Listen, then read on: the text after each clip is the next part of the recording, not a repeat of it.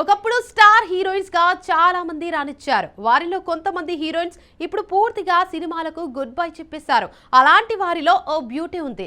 చాలా మంది స్టార్ హీరోల సరసన నటించి మెప్పించింది. కానీ ఇప్పుడు ఇండస్ట్రీలో ఆ బ్యూటీ కనపడడం లేదు. ఇంతకీ ఆ హీరోయిన్ ఎవరు? ఎందుకు ఇండస్ట్రీకి దూరమైంది? చూసేద్దాం పదండి. అప్పట్లో కుర్రాళ్లకు కిర్రెక్కించిన హీరోయిన్ సాక్షి శివానంద్.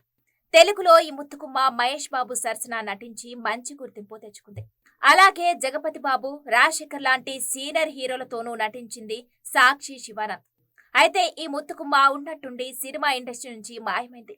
చడి చప్పుడు లేకుండా రాత్రికి రాత్రే ఇండస్ట్రీ నుంచి గయాపైంది. ఇప్పటికీ ఆమె అభిమానులు అసలేం జరిగిందో తెలుసుకోవడానికి ప్రయత్నిస్తున్నప్పటికీ పెద్దగా సమాచారం అందుబాటులో లేదు. 1975లో ముంబైలో జన్మించిన సాక్షి శివానంద్ హిందీతో పాటు తెలుగు, తమిళం, కన్నడ, మలయాళ భాష చిత్రాల్లో నటించి తన నటనకు ప్రశంసలు అందుకుంది.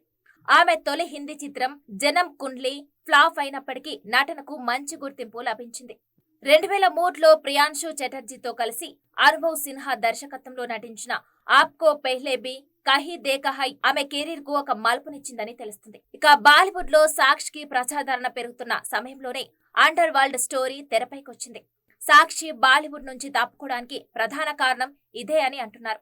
కొన్ని సంవత్సరాల క్రితం ఒక ఇంటర్వ్యూలో సాక్షి ఇలా తెలిపింది. తాను పనిచేయబోతున్న సినిమా అండర్ వరల్డ్ కు సంబంధించిందని, అయితే అదే సమయంలో తీవ్ర భయానికి లోనైనట్లు కూడా తెలిపింది.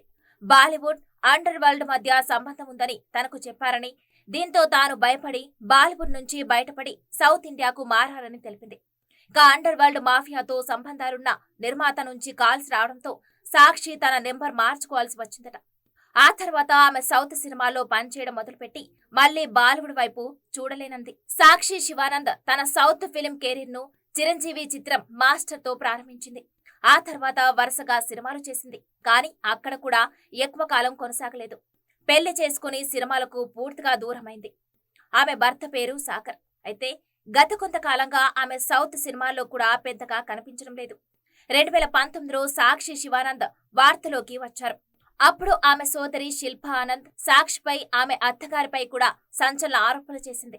నా సోదరి సాక్షి, ఆమె అత్త భావనలపై కూడా మా అమ్మ పోలీసులకు ఫిర్యాదు చేసింది. భావన తన భర్తను చంపేసింది. ఇప్పుడు బీమా డబ్బుల కోసం నన్ను, నా తల్లిని కూడా చంపాలనుకుంటుంది. దీనికి నా సోదరి సాక్షి శివానంద్ సాయం చేస్తుంది అంటూ షాకింగ్ ఆరోపణలు చేసింది.